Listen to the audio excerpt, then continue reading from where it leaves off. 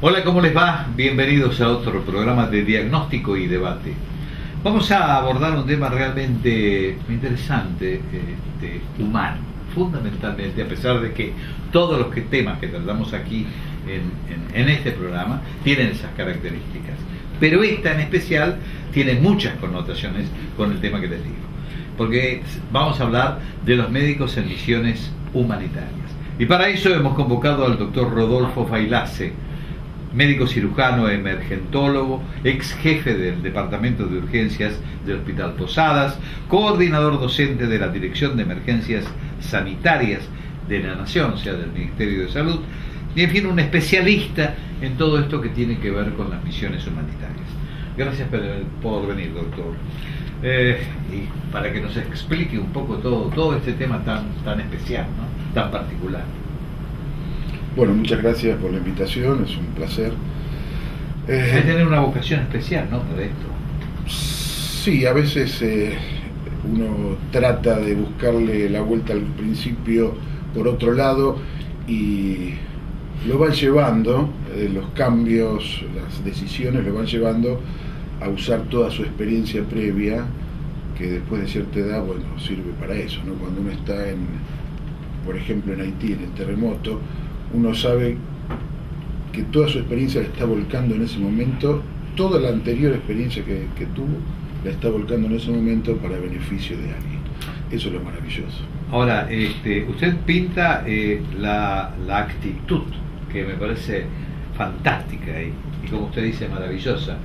Pero ¿cómo se siente un profesional que tiene toda la capacidad para curar, de repente encontrarse con que no tiene elementos como para poder hacerlo, que tiene que estar improvisando sobre la marcha para poder paliar todo esto que es dolor permanentemente? Y cuando digo paliar, estoy hablando de los médicos paliativistas, pero en general, ¿cómo puede sentirse?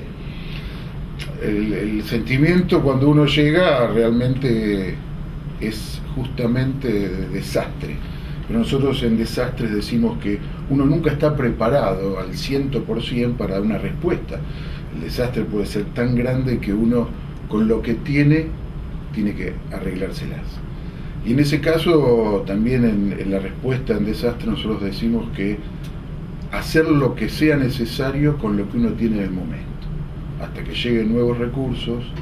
Y de eso se trata, de ir mejorando, porque la respuesta es compleja ante un desastre tan complejo como este. Nosotros cuando llegamos a Haití necesitábamos autoabastecimiento porque no había agua, no había luz, no había carretera, no teníamos vehículos, y eso lo llevamos desde aquí, en el Hércules cuando partimos, por los cascos blancos fuimos convocados. El ministerio también mandó 4 o 5 personas de experiencia, y esas 10 personas que fuimos, bueno, cuando llegamos teníamos X cantidad de recursos, y con esos recursos hicimos muchísimo.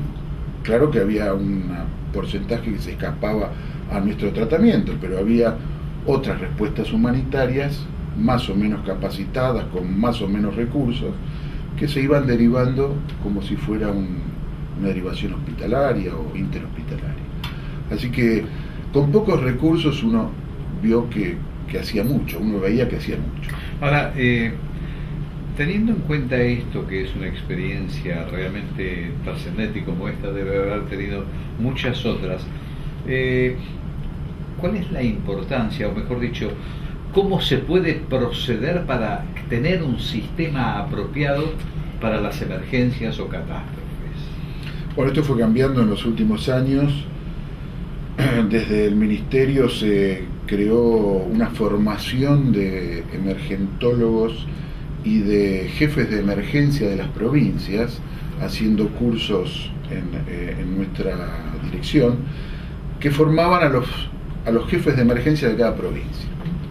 Así todo, el federalismo fue que cada provincia empezó a comprar helicópteros, aviones para sobrellevar esas emergencias y mejorar la capacidad de respuesta, porque desde la nación, antes se respondía desde la nación hacia las provincias, avión, helicópteros, que ya no los tenemos, porque no hacen falta, porque las provincias se autoabastecen en cuanto a la respuesta. Enseñamos también a los emergentólogos, se creó la carrera de emergentología, y esto de a poquito se fue aprendiendo, hasta que llegamos a tener que responder en forma internacional, y ahí se complejiza, porque las respuestas humanitarias internacionales son complejas. Es muy difícil qué se necesita, cuánto, cómo, qué recurso humano, qué recurso de insumos, a tal punto que a veces está abarrotado el país de entregas humanitarias de insumos que no sirven para nada, que es una complicación en vez de ser una ayuda. Pero volviendo al país, ha mejorado, y hay que mejorar mucho, por supuesto, y en eso estamos, formando gente, mejorando la respuesta de las provincias, como por ejemplo aquí en Capital el SAME, la respuesta que ha mejorado el SAME estos últimos años y va a seguir mejorando, con insumos, formación de gente, capacitación, y lo importante es eso, ¿no? El crecimiento, porque hasta hace muy poco tiempo no teníamos conocimiento o buena formación de la respuesta, como nos pasó en la AMIA, de la embajada, Cromañón, y todo fue yendo para mejor, pero nunca está preparado uno 100% para un desastre o una respuesta. ¿Y cuáles son las medidas que se tendrían que tomar como para, de acuerdo a su criterio, esto pueda ir perfeccionándose aún más y estar preparado realmente para solventar como corresponde una catástrofe? Bueno, yo creo que el camino está dado, y habría que mejorar la capacidad de respuesta en cuanto a insumos, infraestructura y formación y capacitación de la gente. Eso creo que lo fundamental es la capacitación de la gente, insumos de infraestructura, carpas o hospitales reubicables que se puedan mover rápidamente según la necesidad, y no malgastar estos insumos, ¿no? Estos recursos, porque vemos muchas veces que los recursos se malgastan en alguna función que no corresponde.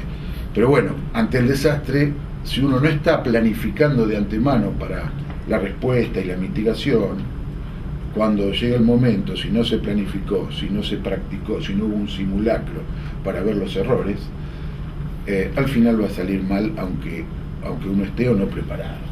O sea, puedo estar bien preparado, si no lo practiqué y no mejoré y cambié los errores, cuando sea el momento de la respuesta, así la respuesta sea desmedida, va a salir como nos pasó en la embajada, ¿no? En la AMIA.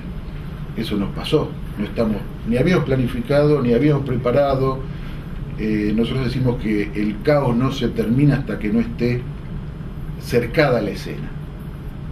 O sea, hasta que ustedes se acuerdan que la gente invadió todo. Si eso no lo cerco, no puedo trabajar.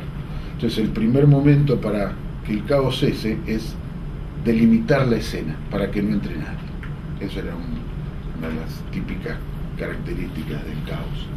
¿Cómo se vuelca esto hacia los médicos o para aquellos que tendrían que dedicarse a esto en particular? Porque es una vocación específicamente, ¿no? Es decir, es incorporar todos los conocimientos que uno tiene para aplicarlos y devolverlos a la sociedad de una manera absolutamente distinta a la común, porque no son comunes los hechos. Bueno, la idea es esa, formar a los emergentólogos, que son los que están en contacto con la emergencia diaria, 1, 2, 10, 20, 100 víctimas en masa, por ejemplo. Cuando yo puedo responder hasta acá, cuando termina mi nivel de respuesta, tengo que pedir refuerzo. Y eso se pedirá a la zona, a la provincia, a la región y a la nación en última instancia. O sea, eso se llama respuesta integral, porque los recursos son limitados. Y eso hay que ir articulándolo, formando a la gente y articulando con el gobierno para que sepa dónde invertir en recursos de prevención. En el mundo, ¿cómo está desarrollado este tema? Bueno, las organizaciones de salud tienen todo muy aceitado, y nosotros de hecho abrevamos de eso en gran parte, y Y aquí Cancillería se divide de salud, que es el que responde en forma humanitaria con insumos, recurso humano, y el Ministerio de Salud también tiene su pata en respuesta en salud con estos recursos e insumos también. Cancillería se maneja, quizás no soy yo el que para hablar de este tema en Cancillería, pero más o menos conozco, hay un libro de la Organización Panamericana que habla de qué necesidades tiene la respuesta humanitaria, según el incidente, según el desastre. Distinto es un terremoto, distinto es una inundación, distinto el Katrina, por ejemplo. Y ahí está estipulado cuánta agua necesita un albergue de tantas personas por día para lavarse, para la comida, las excretas, el sistema sanitario. Todo eso ya está escrito. O sea que uno tendría que abrevar de esos escritos, ayornarlos a su lugar y trabajar con eso. Que eso Ahora, yo pregunto, porque una cosa es lo que está escrito y otra cosa es lo que en la práctica sucede. Y por lo general, no todos los gobiernos llevan a la práctica lo que está escrito. Ese es el gran problema que pueden tener ustedes. No, sencillamente, por ejemplo, nosotros respondimos con Cancillería unificados en inundaciones en Santiago del Estero, en Santa Fe, y se aplica eso. Nosotros fuimos a controlar Cancillería los albergues, que no hubiera garrafas dentro de los albergues, eso está escrito, y lo aplicamos. Falta que todo el mundo lo conozca y bajar la línea esa para que aprendan y lo puedan practicar antes de que suceda. Usted ha mencionado que muchas de las provincias argentinas tienen recursos propios como para poder solventar absolutamente este tipo de cosas. ¿Qué grado de evolución ve usted en esas provincias?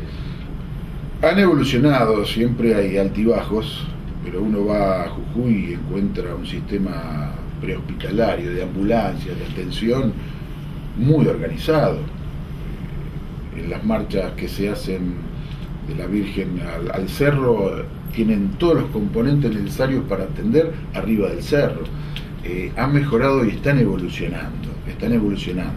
Falta capacitación, algunas faltará recursos, pero si uno viaja, yo prácticamente viajo todos los meses a todas las provincias, casi todas las provincias, y vemos que hay mejora en eso.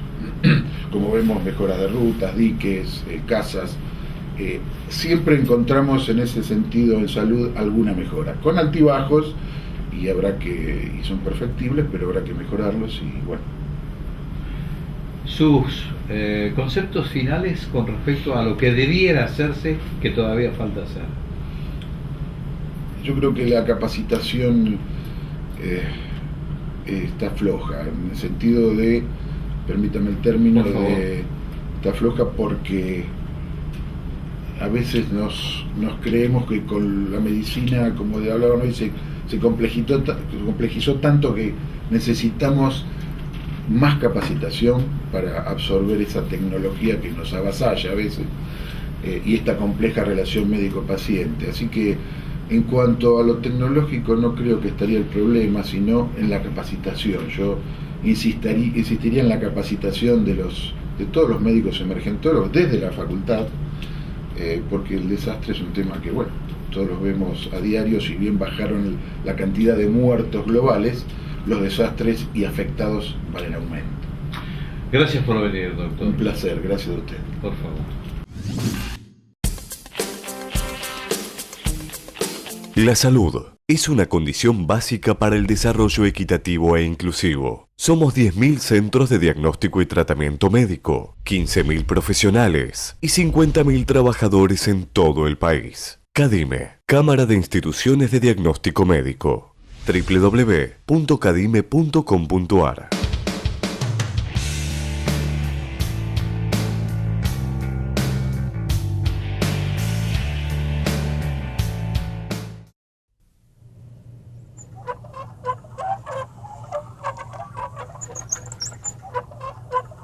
Hola Luis, ¿cómo estás? Aquí trabajando. ¿Y tú? Bueno, ya ves, lo mismo de siempre.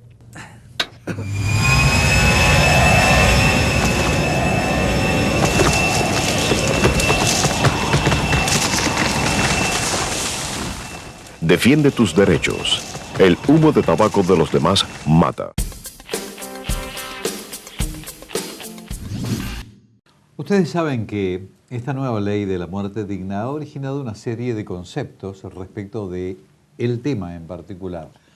Evidentemente hay distintas posiciones encontradas al respecto, pero es bueno analizarlos desde distintos puntos de vista. En este afán de instruirnos, de leer, de abordar distintas lecturas para clarificar conceptos, llegó a mis manos un artículo de la revista El Arca Digital, esta que edita la Caja de Ahorro, que es realmente una revista muy, muy importante, muy interesante en cuanto a los artículos que contiene. Vuelvo a decir, me ha llegado un artículo que me ha llamado la atención, me ha despertado la curiosidad, que se llama Prolongar la vida o la agonía, y fue escrito por el rabino Daniel Goldman, que es rabino de la comunidad de Betel. Entonces me permití invitarlo porque conocer ese lado de la cosa es importante y trascendente. Cómo lo ven del lado del judaísmo, cómo lo ve un rabino. Me hubiese gustado también convocar a un cura, pero en este caso particular vamos a conversar entonces con el rabino Goldman. Gracias por venir. Por favor, un placer. Y me ha llamado la atención porque me desasnó en algún momento en que los judíos antiguamente estaban propiciando algo de la muerte digna. Sí, a ver, hay toda una discusión acerca de hasta dónde llega el límite de la vida y hasta dónde el límite de la vida, en función de mantener la vida, no se transforma en una carga, en donde la vida misma carece de sentido y de lo que hoy llamaríamos calidad de vida, ¿no? Ajá. Entonces, desde ahí comienza la discusión. Y si bien todas las tradiciones religiosas en general van a sostener esta cuestión de que la vida tiene preeminencia sobre cualquier otra situación, desde este lugar la discusión va a tener que ver con qué es vida, ¿sí? Es decir, cuál es el concepto de vida. Y si la vida en base a una situación, lo que llamaríamos martirio, pesadumbre, o lo que el escritor Milan Kundera llamaría la pesadez, ¿sí? Del ser mismo, se sostiene ese concepto mismo de vida, ese concepto mismo de existencia. Razón por la cual me parece que es un tema que da para un debate interesante, como el debate que se viene dando, que se dio durante muchos años en nuestro país y que tiene que ver con parte de el lugar en donde la cultura occidental se para frente a este tema, este tópico. Es decir, ¿no? me llama la atención porque hay las dos posiciones. Una que de algún modo implica el reconocimiento a los médicos paliativistas, que son los que tratan de atenuar, ¿no? Porque el judaísmo establece la imperiosa obligación de proporcionar cura con el objeto de salvaguardar y mantener la vida humana, pero al mismo tiempo tratar de evitar el dolor, todo esto que tiene aparejado el problema este. Pero en otro párrafo usted dice, en el libro Shulchan Aruch, reconocido código legal del siglo XVI, el rabí Moisés Isseries establece que si hay algo que resulte un obstáculo en el desprendimiento del alma, momento de la muerte, como ser granos de sal puestos en la lengua del moribundo que dilatan la agonía, está permitido retirarlos a fin de que el alma pueda encontrar reposo. Siglo XVI. Sí. Es interesante por ahí llegar hasta nuestra época, ¿no? Porque hay dos autores que por lo menos tuvieron mucha influencia en mí cuando yo tengo que acompañar a alguien desde el lugar pastoral, ¿no? Una es Elizabeth Kubler-Ross, ¿sí? Que escribió, entre otras cosas, se tradujo en la década del 70, un libro que se llamaba Sobre la muerte y los moribundos, ¿sí? Que ella es la, ideóloga de todo el movimiento que se llamó el movimiento de hospice, de hospicio, es decir, cómo acompañar tanto a los familiares como al moribundo, ¿sí? En esta situación que tiene que ver con el momento de la despedida de la vida. Y ella también tiene una cuestión de insistencia muy fuerte alrededor del hecho de no mantener la situación de agonía en aras no del bienestar del moribundo, sino muchas veces en aras de una situación medio culpógena por parte de la familia, ¿sí? O por parte de algún profesional o los profesionales que de algún modo se oponen a asumir este lugar de saber que existe un límite donde ellos ya no pueden actuar, ¿no? Y el otro es un autor, es un profesor de una universidad americana que se llama Peter Singer, ¿sí? Peter Singer de algún modo establece el punto conceptual que de una manera extrema, usted debe recordar el doctor Kevorkian, ¿sí? Que llamaba el doctor muerte. Exacto. ¿Sí? Insistía en acompañar a aquellos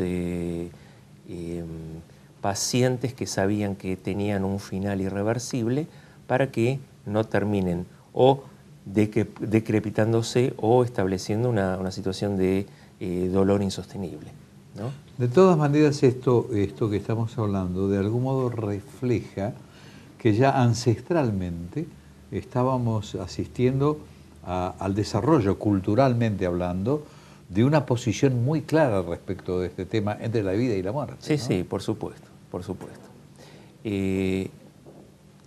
Hay que saber encontrar con un sentido de dignidad el lugar en donde la vida ya adquiere una ausencia de sentido. Y me parece que desde ahí lo que cualquier ley establece es una ley de estándares, ¿sí? Cuáles tienen que ser los límites más o menos concebibles, pero por otro lado, también cada situación es una situación particular sobre la cual tanto médicos, familia, como el propio paciente en algunos casos, tiene derecho a decidir, ¿no? Pero me parece fantástico. Así que la posición respecto de todo esto del rabinato sí, es yo muy diría, clara. a ver, es la posición, no existe una posición del rabinato, existen posiciones en donde establecemos ciertas cuestiones de debate y que de algún modo este debate acompaña a las exigencias que la vida misma va estableciendo. De todos modos, me parece muy bien esto que se dé, cómo lo percibe, cómo lo siente la gente. Bueno, mira, a mí me resulta interesante ver que muchas veces la gente tiene una sensación de que el clérigo, el pastor, el rabino, el cura va a mantener una situación férrea establecida a partir de qué es lo que dice la ley, ¿sí? Sea la ley religiosa que sea. Y de repente, frente a la situación que a ellos mismos les toca vivir, cuando este guía espiritual los ayuda a resolver el tema de una manera mucho más humana, la gente se siente muy liberada, ¿sí? Porque está esperando de algún modo algún tipo de permiso, algún tipo de licencia para decir, bueno, no estoy haciendo algo que se supone que es contra de una tradición o contra una escuela teológica, etcétera, etcétera. Entonces resulta una situación bastante alivianadora, ¿no? Es que yo pienso que a través del tiempo, el transcurso del tiempo, ha readaptado absolutamente este esquema. O sea, del esquema rígido de aferrarse a la ley religiosa, se ha pasado a la adaptación de la ley religiosa al avance de la sociedad. Sí, por supuesto, en donde convergen varias cosas, ¿no? Me parece que converge por un lado una situación sociológica, por otro lado el lugar de la fe y desde un tercer lado algo muy importante que es el avance de la ciencia, ¿sí? En donde esa ciencia nos permite conocer al hombre en otra magnitud y no aferrarnos a ciertos dogmas sobre los cuales en esa situación de colonizar el dogma uno a veces se coloca en contra de la vida o la propia vida y de algo en donde alguien tiene que sentirse cómodo en su espiritualidad, ¿sí? Desde ese lugar me parece que cada situación es una situación particular. A mí me gusta pensar siempre que las tradiciones religiosas no son como las políticas de empresa, ¿sí? A cada situación se debe dar una respuesta. Que realmente, qué importante y qué trascendente esto que estamos hablando. Y por último, y como mensaje hacia la gente, ¿qué le diría el rabino? Bueno, que puedan vivir la vida en plenitud y saber que uno no debe forzar situaciones, porque muchas veces puede ocurrir lo contrario, ¿sí? Que alguien diga, muy bien, quiero, a pesar de, entre comillas, si voy a saber que voy a vegetar, quiero seguir vegetando. Entonces, en alguna medida, comprender cada una de las situaciones particulares y dar una respuesta a esa situación particular, en donde existen muchos agentes, ¿sí? Que son la propia persona, los familiares, el médico, los amigos, etcétera, etcétera, que juegan una suerte de compañía en esa situación.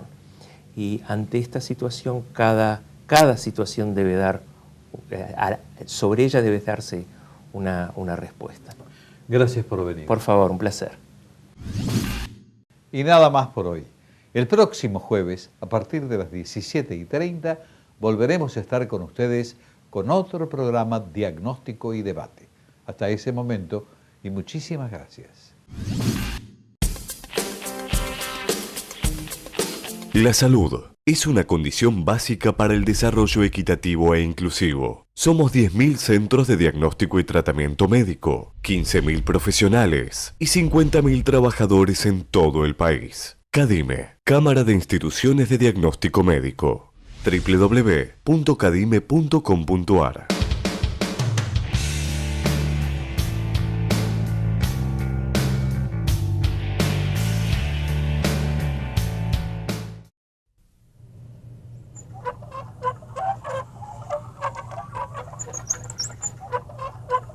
Hola Luis, ¿cómo estás? Aquí trabajando. ¿Y tú? Bueno, ya ves, lo mismo de siempre.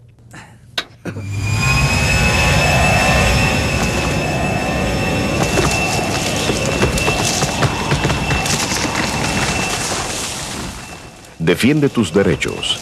El humo de tabaco de los demás mata.